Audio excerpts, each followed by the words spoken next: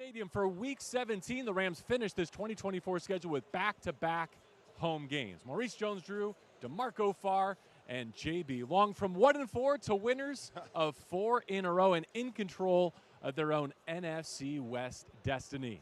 It's not win to get in tonight, but a win here tonight would immensely help the Rams' playoff chances. We'll check in with the fourth member of our team, Ricky Hollywood, in just a bit. But since we last spoke here at SoFi, a 40-plus point performance, the defense has been flexing its muscle for these Los Angeles Rams, guiding road wins at San Francisco and at New York. Can they do it again tonight against the Arizona Cardinals? You know, I hope so. I hope they can. This defense has really turned it around since the bye. I guess it's kind of hard to quantify. Not a lot of sacks, not a lot of takeaways that you could point to and say that's the difference. The only thing I can see is less penalties, less aggressive penalties. Roughing the passer, unnecessary roughness, all that knucklehead stuff has kind of been washed out. And this defense is really communicating. They're playing together. They're pursuing to the football. So maybe the numbers don't jump out at you, but the results do. You're keeping guys off the board. They're also a completely different defense, not just performance, but personnel since week 2 when they matched up against Arizona. No, you're exactly right. And you hope that the performance and the cold weather in New York, as it gets a little chillier here tonight, you going to be okay, DeMarco? Oh, look at you. You fine? Since last week, I'm good, yeah. Okay, I just want to make sure if they can perform the way they did. I think the biggest difference is, yes, they made some changes, but they're executing in critical moments.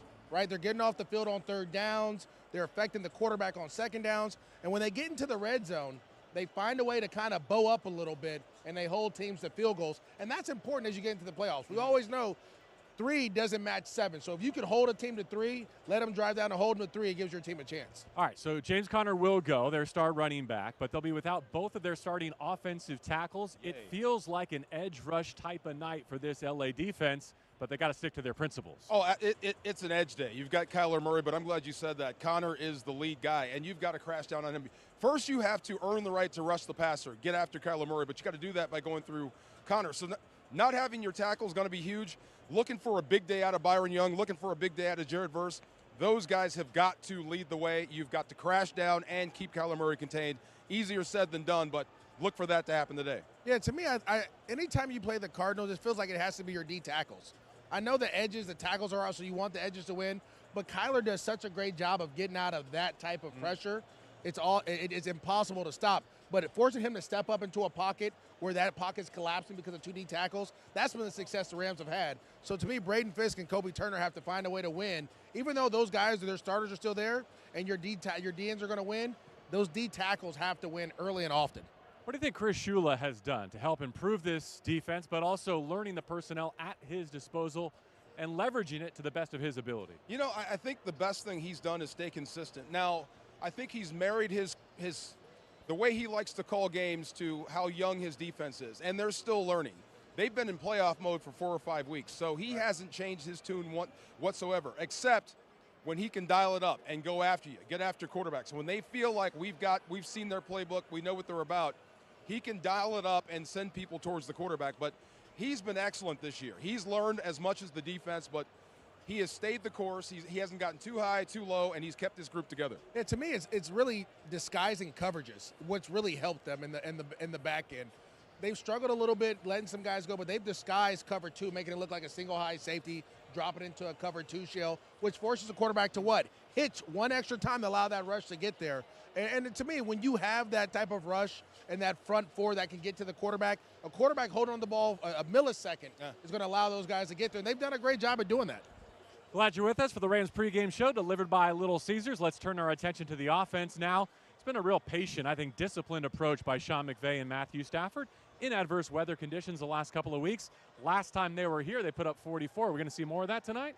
You'd hope so. I believe it's been a find-a-way type of game plan offensively. If it's against the Buffalo Bills, you have to score a ton of points. You have to go out there and kind of put more pressure on that Bills offense. Against the Niners, it's raining. It's run first. This is going to be a field goal type of game. We'll take our opportunities, our shots when we can.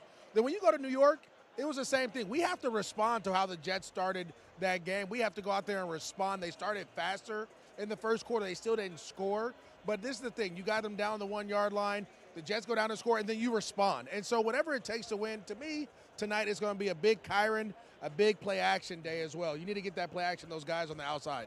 Rams had a completely spotless injury report at the start of this week. Rob Havenstein had a shoulder pop up in the middle of the week. He's actually inactive, we just found out. So it's Joe Noteboom starting at right tackle against the Arizona Cardinals tonight. Let's talk about Tyler Higbee. What an emotional and performance lift he gave the Rams in New York. Big Rig he's the heart and soul. He's the thumper. I think every team has one. And it's not something you can be given. It's just something about who you are and how they feel about you. So you saw the sideline when he scored. Yeah. The entire sideline came off the bench to greet him, and they're all doing the Big Rig. So he is clearly your best tight end on this football team. So if you have that added dimension with Cooper Kupp, with Puka Nacua, running the football with Kyron and Corum, if you can add that extra dimension with the tight end that give the Arizona Cardinals and other defense something else to think about, it just opens everything up, or you can score outright with him. There is no separating the Rams tight ends from the matchup with the Arizona Cardinals in the eyes of my broadcast partner, Maurice Jones-Drew. Not at all. And you know what, JB? I have to admit this to the people. I didn't start Higbee today. I went with Hunter Henry, who gave me 0, and that's my fault. I blame that with me. I know. Big Higbee game incoming. Yeah, it's a huge Higbee game coming today. Expect a ton of – and the thing is, he just is a better matchup for the Rams against their linebackers. He really gets after those guys. So expect Sean McVay to really exploit that matchup today, both in the passing game and in the running game. Yeah, you guys did a good job detailing this week how he makes the Rams better in 11 personnel when there's 3 receivers and only 1 tight end on the field. He also levels up when there are 2 or even 3 tight ends in formation. And to take this back to the Rams running game, which has been so effective the last few weeks, what does it mean to pair him with Hunter Long or to pair him with Colby Parkinson with respect to Kyron Williams and the night you hope he has tonight? Well, to me, I think the biggest thing is he can be a wide tight end. I mean, meaning he's an inline blocker. So he matches up well with outside linebackers and DNs. He's strong enough, he's big enough to hold those guys up and keep them off. Where Parkinson struggled a little bit, he's more of a receiving guy. He's big, but he doesn't play with the type of pad level that Higbee plays with. So to me, I believe you get him out there with Parkinson, that could be a passing situation. You get him out there with Hunter Long, that could be a heavy run situation. Play action pass, different things that can block guys on the outside. I want to give DeMarco a chance to tout Kyron's pass protection and what he's done in recent weeks. Because, yes, he's second only Saquon in carries this year, but what he does without the football equally important. Oh, nothing but respect. The way he just fits up in there, puts his nose in there, and delivers a shot. I mean, I was talking to Ron Gould, his running back coach, and it's funny watching him on the sideline, watching Kyron, because he's going through the same steps. And it's like as if he's out there too. So that is ultra important. Job number 1 on this offense is protect Matthew Stafford. Either catching it, running it, blocking it, whatever. So you have to protect your quarterback, protect your number 1 guy. If you can have your lead back be as physical in pass protection as he is running the football, you're going to be a pretty good offense. So that's what I see out of Kyron Williams and this offense protecting the quarterback. All right, let's go over to our emotional leader, the 4th member of our team. It's time for Ricky's Rundown. Thanks, JB. And MJD, still shaking my head you didn't start Higbee. I mean, what is wrong with you? Come on. We've done this before. All right, you guys, the Rams have been absolutely dominant since the bye week. Starting 1-4, like you alluded to, and then going 8-2 after the bye. Last year, starting 3-6 after the bye week, ended up going for 7-1. So we need to continue that momentum. It's been impressive. When you guys were talking the offense, we didn't talk much about the Stafford to Puka connections. There's 65 completions from Stafford to Puka since week 8, and the only duo to have more is Joe Burrow and Jamar Chase. Lastly, it is the season of giving. It's been so awesome to watch our Rams give year-round, but especially during this holiday season, give back to the community, and especially a special eye on Kyron Williams, who is the Rams' Walter Payton nominee of the year. And if you'd like to vote for Kyron, you can go to NFL.com/Man of the Year. All right, very good stuff, Ricky. Thank you very much. Back here, field side with MJD, DeMarco Farr. I am JB Long, and I got to admit, I'm distracted. My eyes are everywhere. I'm scoreboard watching, even though there's only one game being played right now. I'm rooting for the Cincinnati Bengals. Why? Because it enhances the Rams' chances of making the postseason. A chance to clinch perhaps as soon as tomorrow. From a player standpoint, guys, when the game is being broadcast on the infinity screen, how do you avoid that? How do you stay laser focused on the Cardinals? I haven't even looked up yet. Come on, really? I haven't even looked up. You're so disciplined. It's so simple. If you want to get caught scoreboard watching, then make sure you draw your eyes down to Connor and Kyler Murray. That's job 1 today. But, I mean, look, it's inevitable. You have to win today. Part of every equation for the Rams to get in is you have to beat the Arizona Cardinals. So that's got to be first and foremost. Yeah, the Rams need a win here and 4 other teams to win at home before the end of Monday night. Yeah, I've been watching all morning. I don't know about DeMarco. I've been watching all morning, and I'm going to watch tomorrow. But you're exactly right.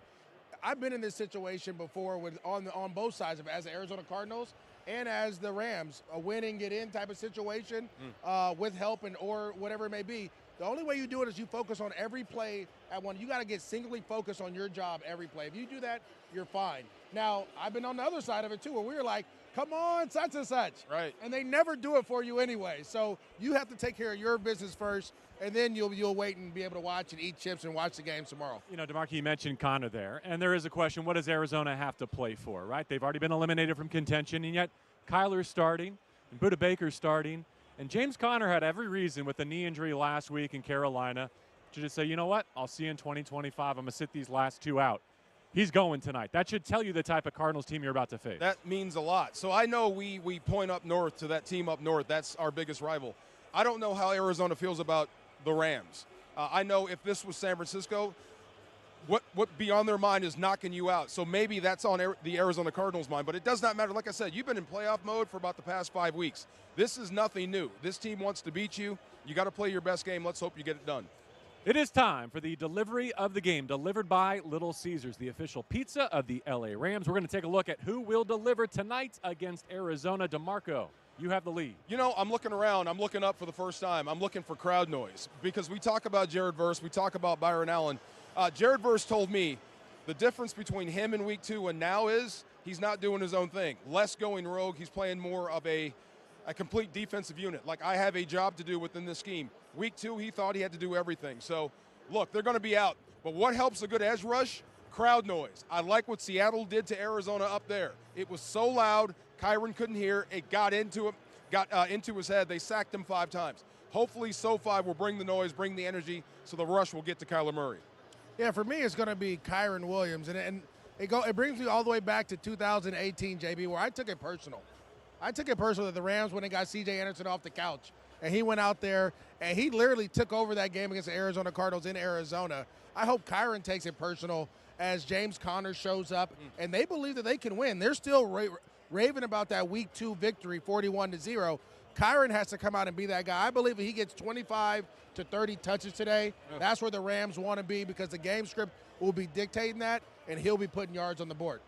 Erica, your Little Caesars delivery of the game, please. Yeah, we already talked about Tyler Higbee and his emotional impact on the field. Andrew Whitworth this week during his podcast talked about how tough he was during that Super Bowl run and how much he fights on and off the field. That touchdown last week was amazing. I want to see another one, and Tyler Higbee's going to have a great game. All right, thank you very much, Erica. I will go with the edge rushers, and I would love to see Jared Verse clinch his NFL Defensive Rookie of the Year honor here tonight. A couple of sacks, maybe a strip, a fumble recovery like last week in New York. But I'm not going to measure success for him and Byron Young by sacks necessarily. If Kyler does not scramble tonight or cannot scramble, if the defensive tackles are getting free touchdown sacks in the middle of the pocket, I'll take that as a good sign that the edges are not only winning their matchups, but sticking to their rush integrity and sticking to the game script like Maurice referenced. I think that'll be a good sign with the help of your key, this home crowd. Should be the best environment of the season here at the Rams house. We hope you had a very happy holiday week that continues here into Week 17, this game between the Rams and the Cardinals. It's a wrap on our Rams pregame show delivered by Little Caesars. With the Little Caesars Pizza pregame, game time grub just got more rewarding. Click on the QR code at the bottom left of the screen and order in the app on game day to earn rewards. Kickoff just after the top of the 5 o'clock hour on NFL Network. You can also watch locally here in LA on CBS. And, of course, you can catch us on the radio broadcast 7:10 a.m. For MJD, DeMarco, and, of course, Ricky Hollywood, I'm JB Long. Rams and Cardinals, the rematch. LA out for some prime time revenge. And who knows, maybe move one step closer to clinching the NFC West in 2024. Enjoy, everyone.